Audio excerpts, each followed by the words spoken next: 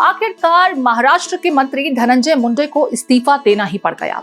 बीड के सरपंच की मौत से जुड़े मामले में धनंजय के करीबी का नाम सामने आने के बाद से विपक्ष धनंजय से इस्तीफे की लगातार मांग कर रहा था, जिसके बाद आखिरकार धनंजय ने इस्तीफा दे ही दिया।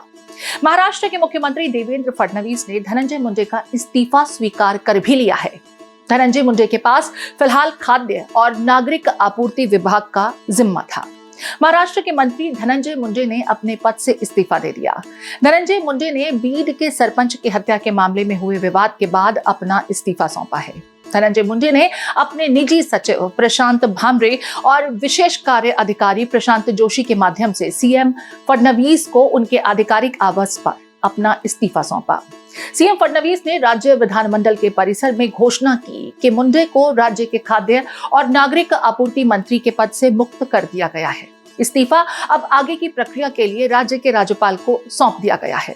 धनंजय मुंडे का इस्तीफा ऐसे समय में आया है जब उनके करीबी सहयोगी वाल्मीकि कराड को दिसंबर 2024 में बीड के सरपंच संतोष देशमुख की हत्या से जुड़े मामले में मास्टरमाइंड बताया जा रहा है। धनंजय मुंडे न केवल बीड के परली के विधायक थे, बल्कि बीड जिले के संरक्षक मंत्री भी थे। मुंडे से इस्तीफा मांगने का फैसला कथित तौर पर सोमवार देर रात मुख्यमंत्री देवेंद्र फडणवीस और उप मुख्यमंत्री अजीत पवार, जो एनसीपी के प्रमुख भी हैं, इनके बीच हुई बैठक के दरमियान लिया गया। अजीत पवार ने मुख्यमंत्री फडणवीस से बातचीत के बाद धनंजय मुंडे के साथ उनके इस्तीफे के संबंध में एक अलग बैठक की थी। बताया यह भी जा रहा है कि देवेंद्र फडणवीस ने अजीत पवार और प्रफुल्ल पटेल को पत्र लिखकर कहा था कि धनंजय मुंडे को मंत्री पद से इस्तीफा देना होगा। मसाजोग गांव के सरपंच संतोष देशमुख की हत्या से संबंधित भयावह तस्वीरें और चार्जशीट की डिटेल सामने आने के बाद विपक्ष ने मुंडे के इस्तीफे की मांग की थी।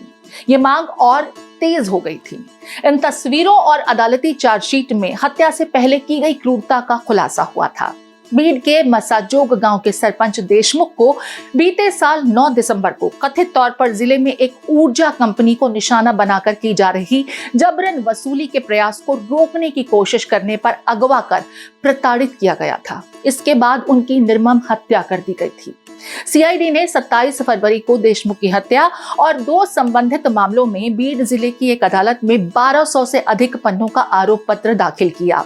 सरपंच की हत्या, अवाधा कंपनी से पैसे ऐंठने की कोशिश और कंपनी के सुरक्षा गार्ड पर हमला करने के 3 अलग अलग मामले बीड के केश थाने में दर्ज किए गए हैं। पुलिस ने आरोपियों के खिलाफ कठोर महाराष्ट्र संगठित अपराध नियंत्रण अधिनियम मकोका के तहत मामला दर्ज किया है।